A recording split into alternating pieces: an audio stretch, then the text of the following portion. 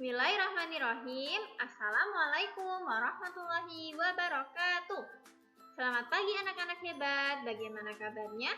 Semoga kalian selalu sehat ya. Pada pertemuan pagi ini kita akan belajar tema 7 subtema 1. Muatan pembelajaran ilmu pengetahuan sosial. KD 3.4 mengidentifikasi faktor penting penjajahan bangsa Indonesia dan upaya mempertahankan kedaulatannya. Tujuan pembelajaran hari ini yang pertama, siswa dapat memahami faktor penting penyebab penjajahan. Yang kedua, siswa dapat mengetahui perlawanan bangsa Indonesia terhadap penjajah. Dan yang ketiga, siswa dapat mengetahui perkembangan pergerakan nasional. Yuk kita langsung saja ya, simak materinya baik-baik.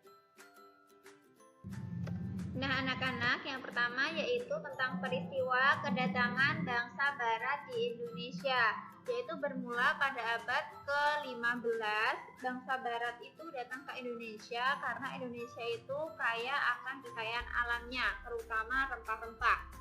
Ada yang pertama yaitu ada bangsa Portugis pada tahun 1511. Selanjutnya ada bangsa Spanyol pada tahun 1521. Ada bangsa Belanda pada 1596 dan bangsa Inggris pada 1811. Nah, anak-anak, selanjutnya kita akan belajar faktor pendorong penjelajahan samudra. Nah, salah satunya yaitu mereka itu bangsa barat datang ke Indonesia itu karena mencari kekayaan atau gold. Nah, yang paling utama mereka cari dari Indonesia itu adalah rempah-rempah ya. Kemudian faktor kedua itu adalah menyebarkan agama atau gospel. Nah, salah satu misi mereka datang ke Indonesia itu adalah menyebarkan agama kepada penduduk daerah yang mereka kuasai. Nah, yang ketiga yaitu mencapai kejayaan atau glory. Di Eropa, suatu negara bisa dikatakan glory, jaya apabila mereka itu memiliki tanah jajahan yang banyak.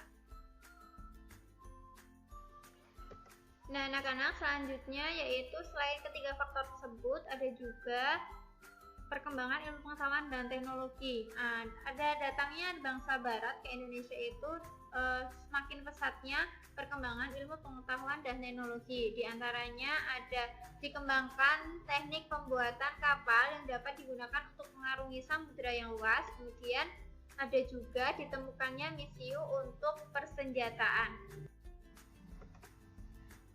Nah, anak-anak, selanjutnya yaitu masa penjajahan bangsa Indonesia.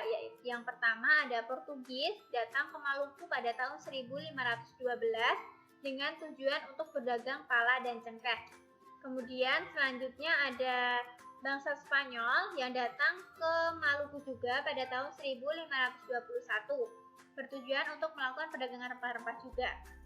Nah, Spanyol dan Portugis ini bersaing untuk menguasai perdagangan rempah-rempah di Maluku. Akhirnya pada tahun 1575 Portugis berhasil diusir oleh rakyat Maluku.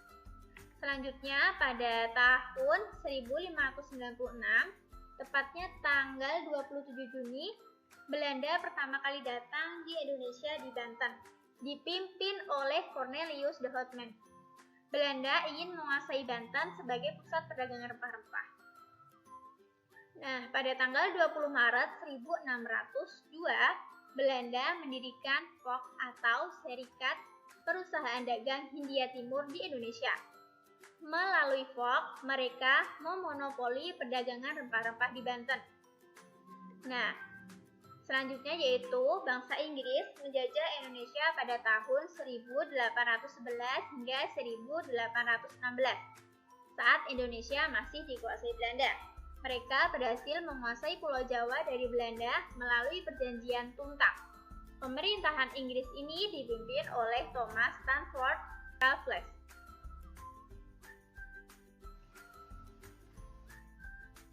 Anak-anak hebat, kita lanjutkan pembelajaran pada kali ini. Selanjutnya yaitu tentang peristiwa perlawanan terhadap Belanda. Perhatikan baik-baik ya tokoh-tokohnya. Siapa yang ini?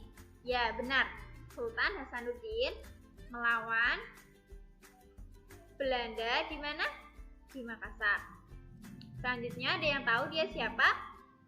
Ya, dia adalah Sisingamangaraja dari Sumatera Utara. Nah, ini siapa ini? Pasti sudah nggak asing lagi ya. Patimura dari Maluku. Selanjutnya, ini adalah gambar siapa? Pangeran Diponegoro dari Yogyakarta. Ini dari Kalimantan siapa? Pangeran Antasari dari Banjarmasin, Kalimantan Selatan. Ini siapa ya? Sultan Ageng Tirtayasa dari Banten. Dan ini adalah Silas Papare dari Papua. Ini hanya beberapa tokoh yang memimpin perlawanan terhadap Belanda. Kalian bisa mencari lagi referensi lain, tokoh lain yang memimpin di daerah lain. Oke?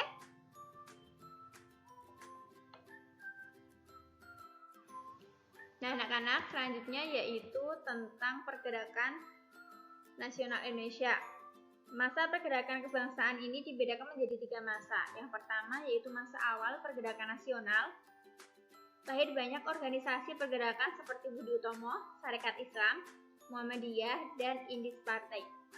Budi Utomo merupakan organisasi modern yang pertama kali muncul di Indonesia, didirikan pada tanggal 20 Mei 1908. Masa kedua yaitu masa awal radikal pada tahun 1920 sampai 1927. Perjuangan bangsa Indonesia melawan penjajah pada abad ke-20 disebut masa radikal karena pergerakan-pergerakan nasional pada masa ini bersifat radikal terhadap pemerintah Hindia Belanda. Organisasi yang bersifat radikal adalah Perhimpunan Indonesia, Partai Komunis Indonesia, Nahdlatul Ulama, dan Partai Nasional Indonesia. Yang ketiga yaitu masa moderat pada tahun 1930-an. Organisasi Indonesia menggunakan taktik kooperatif, yaitu bersedia bekerja sama dengan pemerintah Hindia Belanda. Organisasi yang berhaluan moderat yaitu Partindo, PNI Baru, Partai Indonesia Raya, Gerakan Rakyat Indonesia, dan Gabungan Politik Indonesia. Nah, anak-anak, demikian penjelasan materi pada hari ini. Semoga mudah dipahami ya. Dan apabila pada penjelasan tersebut Ustazah ada yang salah, mohon dimaafkan. Wassalamualaikum warahmatullahi wabarakatuh. Tetap semangat dan tetap jaga kesehatan.